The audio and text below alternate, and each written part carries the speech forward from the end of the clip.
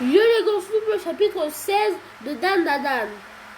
Bon, on voit l'acrobate soyeuse et grande. Elle est venue pour se sacrifier pour Hera et veut la ramener à la vie. L'un moyen. Bon, Momo va procéder à l'opération. Ok, Rune est directement en garde. Ah non, c'est Momo qui le transforme. Momo voit les souvenirs de l'acrobate souilleuse et grande. Comme elle était humaine, bon, elle faisait le rôle de pute pour subvenir aux besoins de sa fille.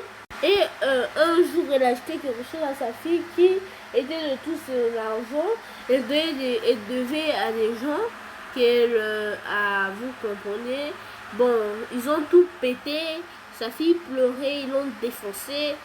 Ils ont emmené sa fille, ils sont partis.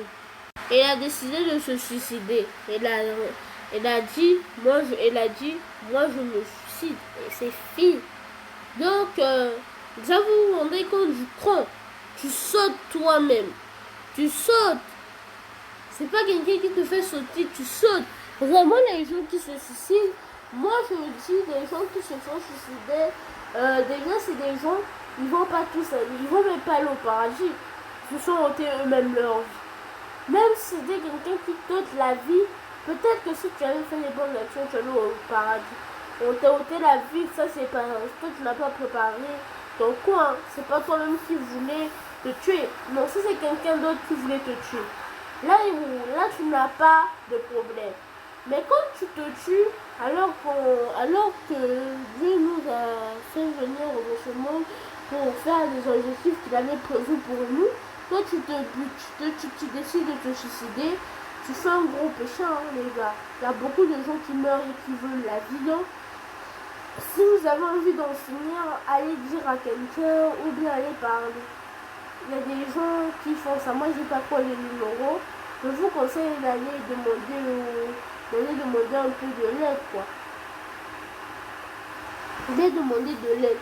Parce que ne vous finissez pas. La vie vaut encore la peine d'être vécue. Tu n'as qu'à faire le sport, travailler sur tes faiblesses, réponds à tes agresseurs, frappe tes agresseurs. Parce que tu dois répondre à tes agresseurs. Si tu te fais agresser toi-même comme ça, tu parais pour une victime. En plus, tu parais pas tuer une victime parce que tu te laisses faire victimiser.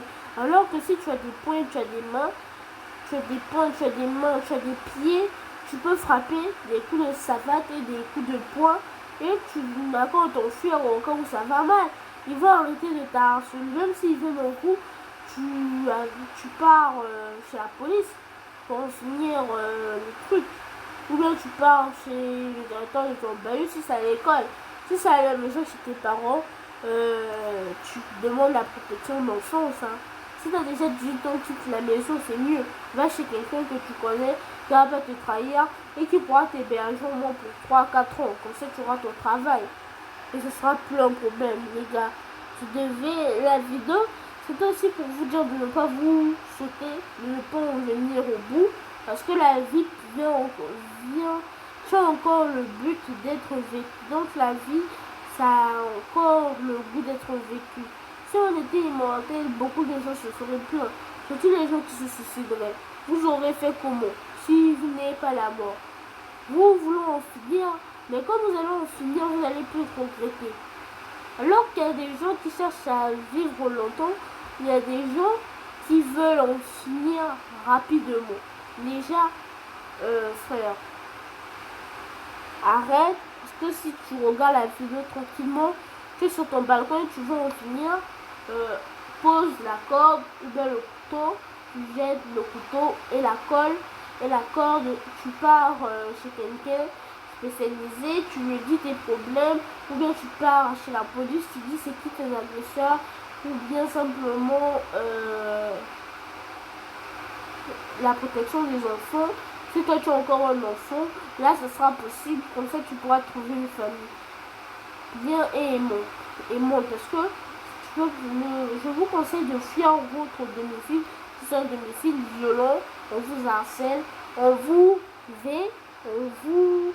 donne de la drogue ou bien on vous menace de mort. Parce que vraiment sur ces genres de domicile, tu peux venir à te suicider comme la meuf.